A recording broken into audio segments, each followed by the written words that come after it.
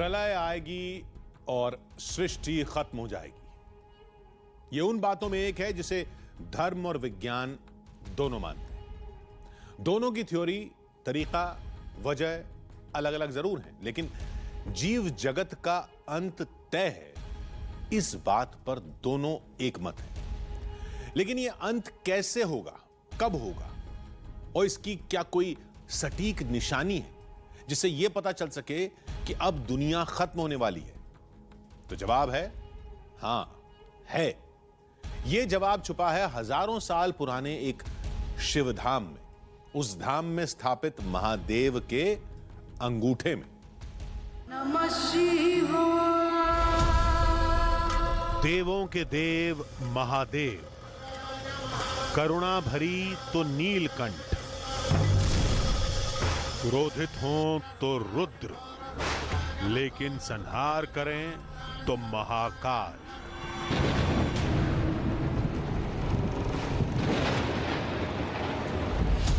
जब पाप होगा भारी तो क्रोधित होंगे त्रिपुरारी, तांडव के ताप से, त्रिनेत्र के ताप से भोले बनेंगे संहारी। लेकिन क्या वाकई दुनिया का अंत निश्चित है? अंत तय है तो कब होगा?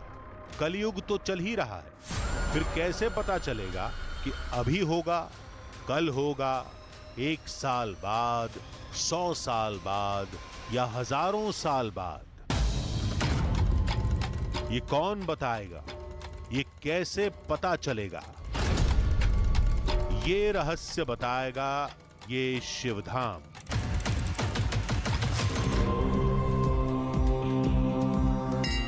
वो धाम जिसके कण कण में शिव है और हर क्षण चमत्कार।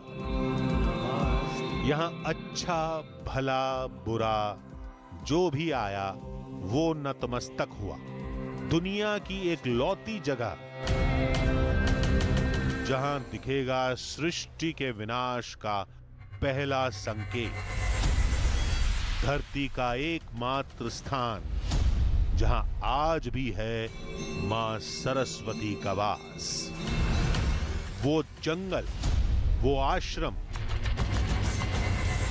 जहां श्री राम ने ली थी शिक्षा, जहां महादेव के अंगूठे पर टिका है सारा संसार। तो क्या ये सब आप देखना चाहेंगे?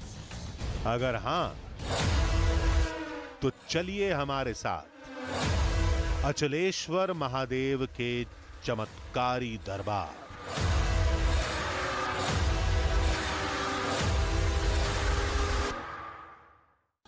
आधी हकीकत आधा फसाना। भागवत पुराण में 4 तरह की प्रलय का वर्णन मिलता है।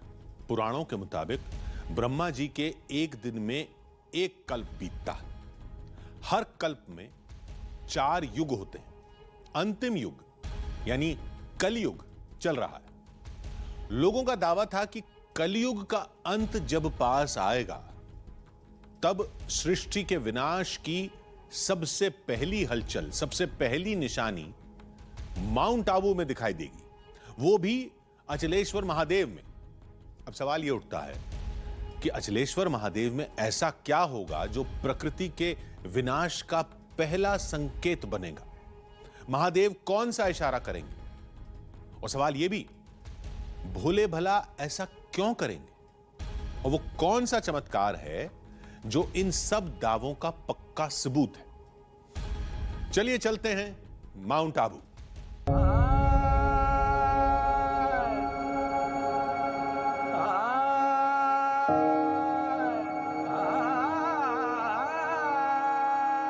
माउंट आबू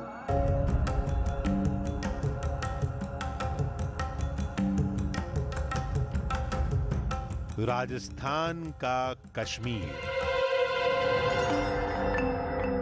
मरुस्थल का इकलौता हिल स्टेशन, रेत के समंदर के तट पर बसा प्रकृति का नायाब नमूना।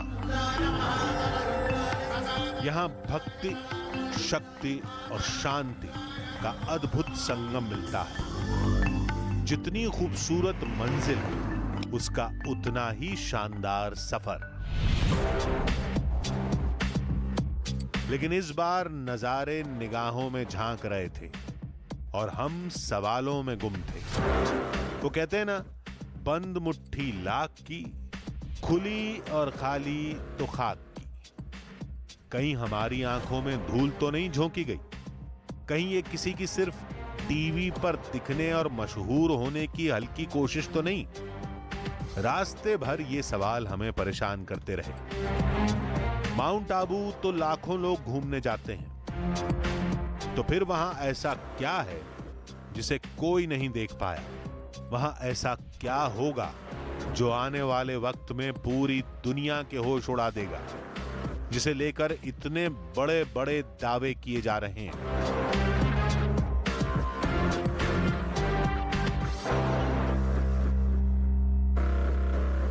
एक ऐसा शिव मंदिर जहां पर शिव के प्रतीक शिवलिंग की पूजा नहीं होती है, ना ही उनकी मूर्ति की पूजा होती है।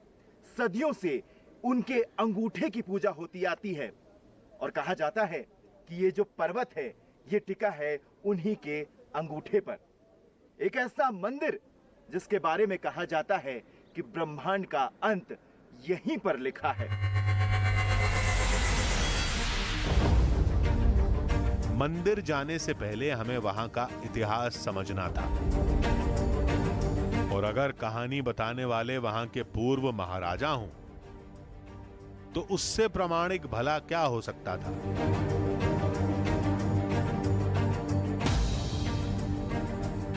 जो आबू पर्वत है ये 12 मील लंबा है, 6 मील चौड़ा है। यहाँ पहले बहुत बड़ा खड्डा था जहाँ ये पर्वत है, इनफैथोमेबल डेप्थ, जिसकी कोई आप अंदाज नहीं लगा सकते, इतना गहरा था। पानी से भरा रहता, वो नेचुरली इधर उधर का पानी सब खड्डे में इकट्ठा हो, वो सूखता नहीं था, नेचुरल खड्डा था। 12 मील लंबी और हजारों फीट गहरी खाई भर भी गई और वहां हजारों फीट ऊंचा पहाड़ भी प्रकट हो गया। ये कैसे मुमकिन है? हमें लगा कि सदियों पहले टेक्टोनिक प्लेट्स की बड़ी हलचल ने शायद ये कमाल किया होगा, लेकिन ऐसा नहीं था। कहते हैं इसका रहस्य अचलेश्वर शिवधाम और पुराणों में लिखी कहानी में छुपा है। ये अरावली हिमालय से पुराना है, बहुत प्राचीन पहाड़ है। बहुत ये तो दिव्य स्थान है। अचलेश्वर जो जगह है उनका तो 2-3 पुराणों में कथा है। बाकी अचलेश्वर का शिव पुराण में भी है। अचलेश्वर जो गुफा है वो करोड़ों वर्ष पुरानी है। काशी विश्वनाथ जी का अंगूठा है, जिससे अबुर्दा अचल को अचल किया है, इसलिए उनको अचलेश्वर महादेव कहते हैं। यह तो अभी प्राकृतिक है महाराज, परमात्मा की लीला है, ईश्वर की, इसको कैसे।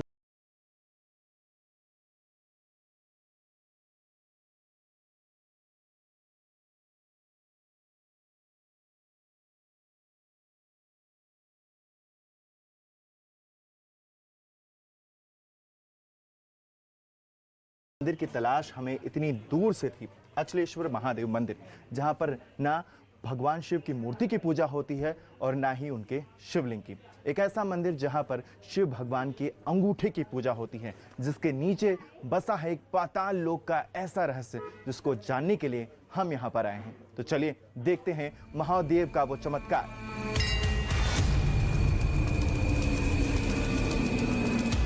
मंदिर में पुराणों के प्रमाण हर जगह बिखरे थे। अचलेश्वर महादेव के इस प्रांगण में बसा है महादेव का हर वो ज्योतिर्लिंग, जिसे देखने के लिए आप दूर दूर तक जाते हैं। देख सकते हैं आप कि यहाँ पर ओमकारेश्वर मंदिर है, देवस्थान यहाँ पर आपेश्वर मंदिर है, कई ऐसे देवस्थान हैं, ज्योतिर्लिंग हैं जो यहाँ पर मौजूद हैं, जो आपको इस मंदिर के प्रांगण में कोने कोने में दिखाई देंगे, जिसके दर्शन आप यहाँ पर अचलेश्वर महादेव के इस मंदिर में भगवान विष्णु भी विराजमान हैं। आप देख सकते हैं कि यहाँ पर भगवान विष्णु के 10 अवतार मौजूद हैं, जिसकी मूर्ति यहाँ के मेन गेट के पास लगाई गई है, जो विष्णु भगवान का मंदिर है। आप देख सकते हैं कि ये वो 10 अवतार हैं जिसमें विष्णु भगवान की हर वो छवि को दर्शाया गया है। तो क्या हमें फोन करने वाले ने इसी चमत्कार से सृष्टि के विनाश की कड़ी जोड़ी थी? लेकिन कैसे? अब यह समझ नहीं आ रहा था कि पहले क्या सुलझाएं, विनाश के संकेत की गुत्थी या पानी का रहस्य। कहानी शुरू होते ही उलझने लगी थी। हमने फौरन उस शख्स को फोन किया जिसने हमें बुलाया था। उसी के पास हमारे सारे सवालों के जवाब मिलेंगे।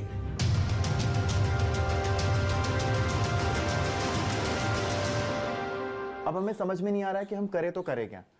एक जो रास्ता जो हमें दिखाई दे रहा है, जो यहाँ के पंडित जी हैं, जो वेदों का ज्ञान भी रखते हैं और माउंट आबू के बारे में जानते हैं, अब सोच रहे हैं कि उन्हें बुला लें और उनसे जानने की कोशिश करें कि आखिर ऐसा यहाँ पर होता क्या है और ये पानी आखिर जाता कहाँ है।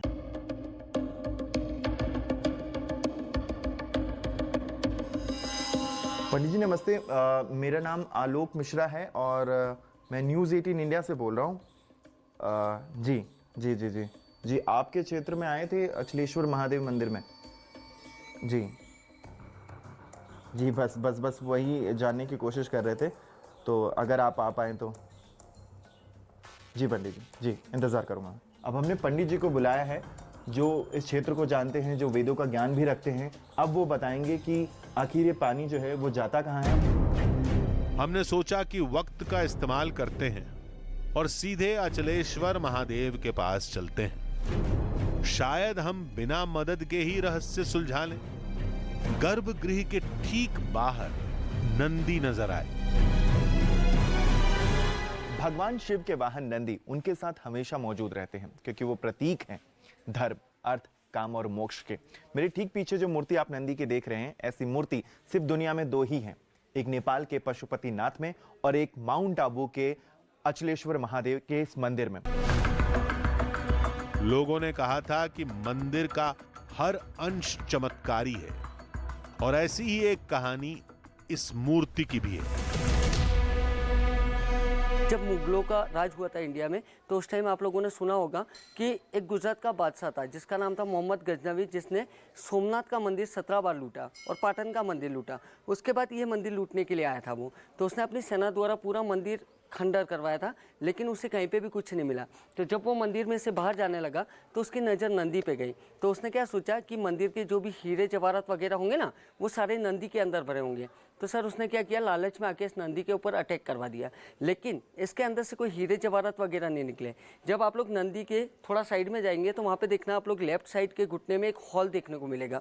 उसमें से लाखों की संख्या में आप लोग हनी बीज समझते हैं ना, मधुमक्खी, वो निकली थी और बादशाह की सेना के ऊपर अटैक कर दिया था। तो यहाँ से पूरी सेना उसकी मंदिर में हथियार छोड़ करके भागने लगी, लेकिन बादशाह नहीं भागा। शंकर भगवान के पास गया और जाकर के माफी मांग करके उसने जो हथियार लूटने के लिए लेके आया था उसका सर उसने एक त्रिशूल बनवा रखा है, जो हथियार थे उनका। तो क्या वाकई इस मंदिर में प्रलय का पहला संकेत छुपा है? लोगों ने कहा, महाकाल के दरबार में काल से क्या घबराना। अंदर जाइए, आपको अपने सारे सवालों के जवाब खुद मिल जाएंगे। अचलेश्वर महादेव के इस मंदिर में ही छुपा है वो राज दुनिया के अंत का। कहा जाता है कि अचलेश्वर महादेव का जो अंगूठा है, जिस पर यहाँ पर पर्वत टिका हुआ है, और अगर ये धीरे धीरे पर्वत खत्म हो जाएगा तो ये दुनिया भी खत्म हो जाएगी। आज इसी की पड़ताल करने के लिए हम अचलेश्वर महादेव के इस मंदिर में पहुंचे हैं। गर्भगृह के अंदर भक्तों की भीड़ थी।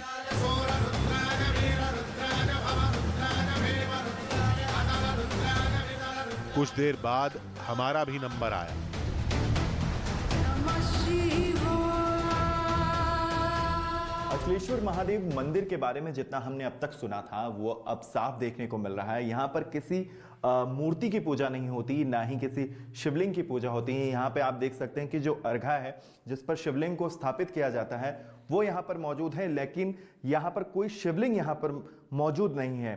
एक जो चीज जो जिसे देखने के लिए हम इतनी दूर से आए थे वो थी वो शिव भगवान की अंगूठे की निशानी, आप देख सकते हैं कि यहाँ पर जो जाली लगी है इसे पंडित जी अगर आप हटा पाएं, उसे हटाकर हम आपको दिखाने की कोशिश करेंगे कि यहाँ पर जो शिव भगवान का जो अंगूठा है वो आपको साफ तौर पर दिखाई दे रहा होगा। देखिए, इसे ही कहा जाता है कि यही महादेव काशी नरेश का अंगूठा है, जिसके बल पर यहाँ पर माउंट आबू जो पर्वत है वो टिका हुआ है।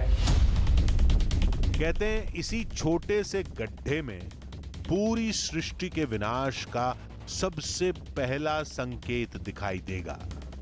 तो सबसे पहले इसे ही समझते हैं। गड्ढा अर्घे के बीचों बीच बना था। बीच में पिंडी थी जिसे महादेव के पैर का अंगूठा कहा जाता है। तभी हमें एक अद्भुत बात समझ आई। गड्ढे की चट्टानी दीवारें बेहद खुरदरी और पीले रंग की थी, लेकिन पिंडी एकदम चिकने पत्थर की थी और उसका रंग भी गहरा भूरा था, पूरी दीवार से एकदम अलग। जबकि पिंडी चट्टान का ही हिस्सा थी। गड्ढे के अंदर थोड़ा बहुत पानी था जिसे भक्तों ने चढ़ाया था। इसके अंदर जो पानी आप देख रहे हैं, ये कहा जाता है कि जितना भी पानी यहाँ पर डाला जाए, जो जल अर्पण किया जाता है, वो यहाँ पर पाताल लोक में जाता है और इसका कोई छोर नहीं है। अब तक कोई पता नहीं लगा पाया है कि आखिर ये पानी कितना जाता है और कहाँ तक चला जाता है। कितनी दिन भर में जितने भी लोग यहाँ पर जल अर्पण करते हैं वो पानी बढ़ता नहीं है। और यहाँ पर आप देख सकते हैं कि पार्वती जी की मूर्ति है, वो यहाँ पर विराजमान है और यहाँ पर और भी मूर्तियाँ हैं जो साथ ही साथ यहाँ के इतिहास को बताती हैं। लेकिन जो सबसे चौंकाने वाली जो बात है वो ये कि यहाँ पर सिर्फ भगवान शिव के अंगूठे की पूजा होती है। सब सुना, सब देखा, लेकिन ये सब क्या वाकई सच था? अब हर सवाल का जवाब वो देगा जिसे इस इलाके के इतिहास, भूगोल, वेदों और पुराणों का ज्ञान हो, जिसने विनाश की पहली कड़ी को चमत्कारों से जोड़ने का तर्क दिया था।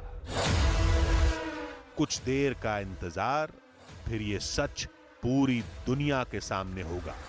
और जरिया जानते हैं कौन होगा?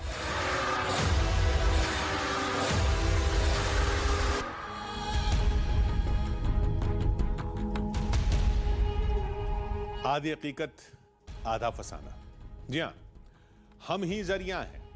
तो यकीन मानिए, बिना जड़ तक जाए हम कोई दावा भी नहीं करेंगे और ना करते हैं। इसलिए हमने दिमाग लगाया कि शायद गड्ढे का अंतिम सिरा कहीं बाहर निकलता होगा। सोचिए, महादेव का कोई भक्त कितना जल चढ़ाता है? ज्यादा से ज्यादा 1 लोटा। अब उतने से तो गड्ढा भरेगा नहीं। दूसरे भक्त का नंबर आने तक पानी बह जाता होगा और लोगों ने इसे चमत्कार और गड्ढे को खाई मान लिया होगा। हमने सोचा कि हम गड्ढे में कोई पैमाना लगा देंगे, फिर तेजी से ढेर सारा पानी डालेंगे। पानी के बहने से पहले पैमाने पर निशान पड़ जाएगा। बस हो गया चमत्कार डिकोड। तो चलिए शुरू करते हैं।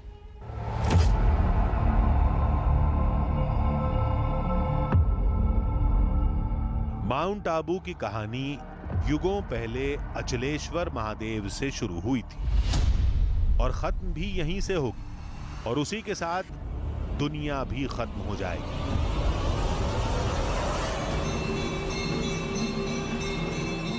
लेकिन कैसे? ये समझने के लिए हमें माउंट आबू की उत्पत्ति को समझना होगा, जिसका जिक्र पुराणों में मिलता है। पहले यहां कोई पहाड़ नहीं था, खाई भी नहीं थी। यहां जंगल था जिसमें गुरु वशिष्ठ का आश्रम था और यहीं श्री राम और उनके भाइयों ने महर्षि वशिष्ठ से दीक्षा ली थी। राम, भरत, शत्रु और लक्ष्मण दोनों, चारों भाइयों। और भी विद्यार्थी अंदर थे, ब्राह्मणों के विद्यार्थी भी अंदर थे। तो मतलब सब शिक्षा पूरी हो गई। उसके बाद में जाने लगे तो उत्तम नाम का जो एक विद्यार्थी था, तो वो मतलब घर जाने लगा। तो उन्होंने पहले अब बोला, गुरु मैं जा रहा हूँ, आपको गुरु दीक्षा लेना चाहता हूँ। तो उसने बोला कि मुझे तो कुछ चाहिए नहीं, गुरु माता से पूछ लो। वो जाकर पूछा, माता जी से पूछा कि माता जी ये गुरु दक्षिणा लेना चाहता हूँ। तो बोला मुझे कुछ नहीं चाहिए, लेकिन देना ही चाहता है तो मुझे दिव्य कुंडल ला के दे दे। तो माता ने वो दिव्य कुंडल दे दिए। उत्तम नाम का लड़का लेकर रवाना हो गया। वो अंदर ध्यान में बैठ गया, पीछे 10 नग लगा हुआ था। दिव्य कुंडल लेकर पताल में चला गया। ध्यान छूटा, देखा कि दिव्य कुंडल है ही नहीं। उन्हें रोने लगा, वशिष्ठ मुनि के पास में रोने लगा, गुरुजी मैं से ये तो जाके लेके आया था, लेकिन यहाँ दिव्य कुंडल गायब हो गए। फिर उन्होंने इंद्र भगवान को प्रार्थना की, तब फिर उन्हें गदा का भ्रमण किया, उसको ब्रह्मखाई बना दिया। थोड़ी देर में हमें यहां बुलाने वाला शख्स भी आ गया। हमने उससे पूछा कि अगर यहां खाई थी तो ये पूरा पर्वत कहां से आ गया। महर्षि वशिष्ठ ने एक दिन भ्रमण करते करते देखा, उनकी जो प्रिय गाय थी जिनकी वो सेवा किया करते थे, नंदिनी गाय, बड़ी दिव्य गाय थी, तो उसको साथ लेकर के यहाँ से भ्रमण करते हुए निकल रहे थे। तो अनायास वो गाय उस खाई में, उस खड्डे में गिर गई। सरस्वती जी का आह्वान किया, भगवान वरुण का आह्वान किया, तो वो सारा जो खड्डा था भरपूर जल राशि से परिपूर्ण हुआ और गाय तैरकर बाहर आ गई। कहानी के मुताबिक सरस्वती नदी के जाने से खाई फिर बन गई, तो गुरु वशिष्ठ ने उसे हमेशा के लिए बंद करने का एक रास्ता सोचा। वो गए हिमालय के पास, जो पर्वतों का राजा है, उनके पास जाकर के कहा कि एक पर्वत मुझे चाहिए। तो हिमालय ने कहा कि महाराज मेरा पुत्र है नंदीवर्धन, आप उसको ले जा सकते हैं, मैं उससे कह देता हूँ। तो नंदीवर्धन जो ये माउंट आबू है, इसका मूल नाम नंदीवर्धन है, नंदीवर्धन पर्वत है। इसके पास जब वशिष्ठ मुनि पहुँचे तो उन्होंने कहा बिल्कुल जो आ गया, परंतु वो यहाँ आने में समर्थ नहीं था कि मैं कैसे आपके साथ जाऊं, और वहाँ का ऐसा दिव्य वातावरण था। तो भगवान महात्मा वशिष्ठ ने उनसे कहा कि जैसा वातावरण तेरा यहाँ है वैसा ही वातावरण मैं वहाँ पर भी ऐसा तुझे आशीर्वाद देता हूँ। तो आशीर्वाद दिया कि यहाँ जितनी जड़ी बूटियाँ हैं वो जड़ी बूटियाँ वहाँ पर भी तेरे ऊपर होगी। तो सब आशीर्वाद दिए। फिर जाने में सक्षम नहीं था तो उसका एक मित्र था नाग, जिसका नाम था अर्बुद, सर्प था। तो उसको भगवान वशिष्ठ ने आज्ञा दी कि तुम इसको नंदीवर्धन को अपनी पीठ पर बिठा और इसको वहाँ ले जाकर स्थापित करो। तो संत की आज्ञा थी, यहाँ लाए, स्थापित कर दिया। तो उसको भी वरदान दिया कि नंदीवर्धन का आज से नाम तेरे नाम से जाना जाएगा। तो इसका नंदीवर्धन नाम हटकर के नाम उन्होंने ही रखा अर्बुदांचल नाम। आज भी इसका नाम अर्बुदांचल है। उस शख्स ने कहा कि खाई का एक मुंह ऊपर की तरफ खुला है, इसलिए उसमें जितना भी पानी डालो वो भरता नहीं है, सारा पानी पाताल में चला जाता है। हमने पूछा कि फिर यहाँ महादेव कैसे आ गए। लेकर के आए, स्थापित कर दिया, परंतु वो पूर्ण रूप से स्थापित नहीं हो पाया। तो उन्होंने सोचा कि ये स्थापित नहीं होगा तो ये तो बल्कि और भी खराब काम है। तो उन्होंने फिर भगवान काशी विश्वनाथ का तप करना प्रारंभ किया, क्योंकि भगवान महादेव के वो परम उपासक थे। तो उन्होंने तप करके महादेव को प्रसन्न किया। महादेव ने कहा कि इस पर्वत को आप अचल कर दीजिए आपकी कृपा दृष्टि से। भगवान ने अंगूठा भिड़ा दिया वहाँ से अखिलेश्वर महादेव नाम है उसको। वो लिंक नहीं है, वो खाइए इसे आप 32 ग्रह का अंदर देखोगे तो वो अंगूठा दिखेगा अंदर, शिवलिंग नहीं है। हमने उससे पूछा कि जब यहाँ अचलेश्वर खुद मौजूद है तो फिर यहाँ विनाश के संकेत कैसे देखने को मिलेंगे। कहा जाता है कि जिस दिन ये अंगूठा हट जाएगा जी, उस दिन माउंट आबू पूरी तरीके से तहस नहस हो जाएगा और दुनिया की भी बात होती। तो ये क्या कहानी है? जी बिल्कुल, क्योंकि मान्यता और प्रमाण भी है कि ये जो माउंट आबू है ये भगवान ने अपने अंगुष्ठ पर धारण कर रखा है, या कहते हैं कि उन्हीं के उस अंगूठे की शक्ति के कारण ही यह टिका हुआ है। अब यहाँ का वातावरण भक्तिमय है, यहाँ आज भी महात्मा तप करते हैं, तो उनके तप के प्रभाव से तो ये सारा पूरा पर्वत टिका हुआ है। कालांतर में अगर अत्याचार बढ़ते हैं, पाप बढ़ते हैं, और हो ना हो तो हो सकता है, क्योंकि संत ऐसा कहते हैं आज भी बड़े बड़े महात्मा की, अगर यहाँ पर पाप बढ़ेंगे तो निश्चित ही प्रकृति है, प्रकृति इसको स्वयं में वापस अपने आप में विलीन कर ले। इस कहानी और थ्योरी के मुताबिक जब तपस्वी धरती पर नहीं रहेंगे, उस समय अर्बुदांचल को स्थिर रहने की जरूरत नहीं होगी। तब महादेव अपना अंगूठा हटा लेंगे और माउंट आबू खत्म हो जाएगा। और यह सब तब होगा जब कलयुग अपने चरम पर होगा। और इसीलिए दावा करने वाले ये कहते हैं कि माउंट आबू का समाप्त होना कलयुग के चरम पर होने की निशानी होगी। और जब कलयुग चरम पर होगा, तब सृष्टि पर प्रलय आएगी। उस शख्स ने हमसे यह कहा, वो खाई इस पूरी कहानी का सबूत है। आपकी इजाज़त हो तो क्या हम ये चीज़ देखना चाहते हैं कि पानी कितना ऊपर आता है? हम पहले लोटे से एक बार ही चेक करना चाहते हैं कि अगर हम 1 लोटा यहाँ पर जल अर्पण करते हैं तो क्या पानी और ऊपर आएगा? जी, वो पानी बिल्कुल ऊपर नहीं आएगा। आपके मन में विश्वास नहीं हो, आप बिल्कुल जल भगवान की चढ़ाइए और देखिए, आप प्रत्यक्ष देख सकते हैं। इसमें कोई प्रत्यक्ष को प्रमाण की आवश्यकता ही नहीं है। अब हम जल अर्पण करने की कोशिश करेंगे इस कुंड में और देखेंगे कि क्या जो जल का स्तर है वो ऊपर आता है या नहीं आता। उस शख्स ने कहा कि हम चाहें तो खुद भी जांच कर सकते हैं। हम भी पूरी तैयारी के साथ आए थे।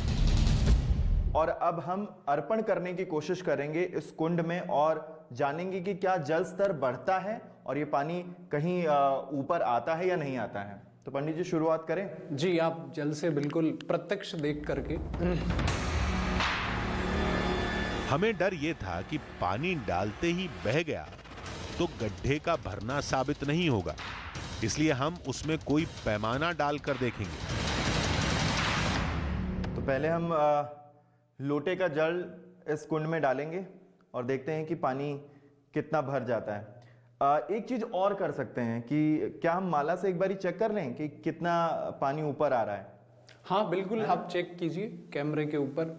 यह तो प्रत्यक्ष प्रमाणित बात है। हमने ब्रह्म खाई के मुहाने के अंदर माला डाली।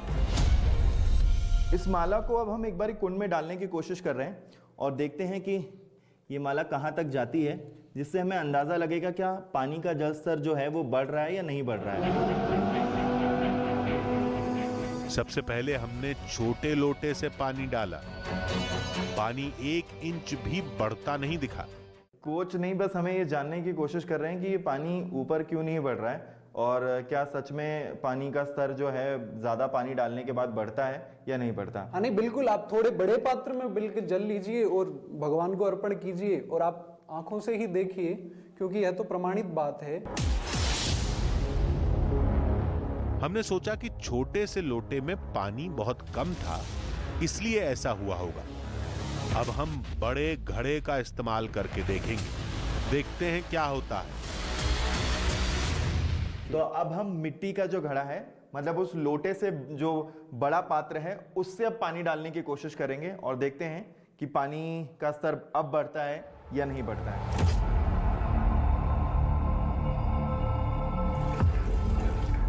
हमने घड़े से पानी डालना शुरू किया। यकीन नहीं हो रहा था। हमारी थ्योरी आंखों के सामने फेल हो रही थी। पानी बहकर बाहर जा रहा होता तो गड्ढे के किनारे ठहरे पानी में हलचल दिखती, लेकिन वहां पानी एकदम शांत था। एक और प्रमाण है, पानी में जो सफेद पदार्थ तैर रहा था वो हल्का था। अगर पानी बाहर जाता तो वो भी साथ में बाहर बह गया होता।